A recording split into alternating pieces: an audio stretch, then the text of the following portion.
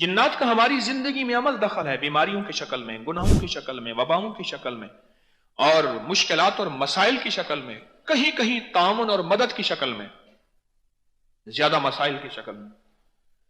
ये मेरे आका का फरमान और कदम कदम पे मसनून दुआएं ऐसे नहीं हैं, और मेरे आका कमली वाले की बरकत ये कदम कदम पे आमाल नबवी, कुरानी दुआएं और हदीस की दुआएं ऐसे नहीं है।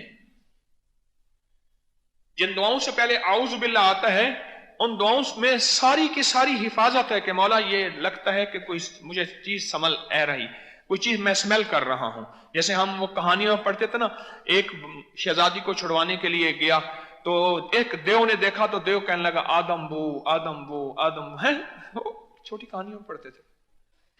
तो इसी तरह मैं स्मेल कर रहा हूं कि या अल्लाह कोई है सही, शैतान बू कोई है सही, जिन्नात बू कोई है सही।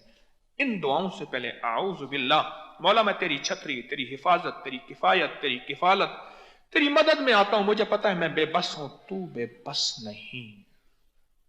ला मलजा वला मंजा मिनल्लाहि इल्ला इलैहि, मौला मैं बेबस हूं, तू बेबस नहीं, इसलिए मैं तेरी हिफाजत, तेरी छतरी, तेरी किफायत, तेरी किफालत, तेरी मदद और तेरे फजल में आना चाहता हूं। मौला बस अपनी रहमत में रख।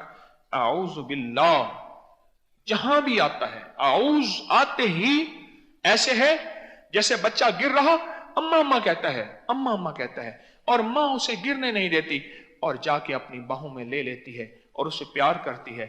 आऊज़ु बिल्लाह ऐसे है जहां भी आएगा कि मौला बस ऐसे ऐसे आजा आजा, मौला मुझे थाम ले, मौला मुझे संभाल ले, अल्लाह बस मेरे पास कुछ नहीं, तेरे पास सब कुछ है, मैं कुछ नहीं, मेरा कुछ नहीं, तू सब कुछ है, तेरा सब कुछ है।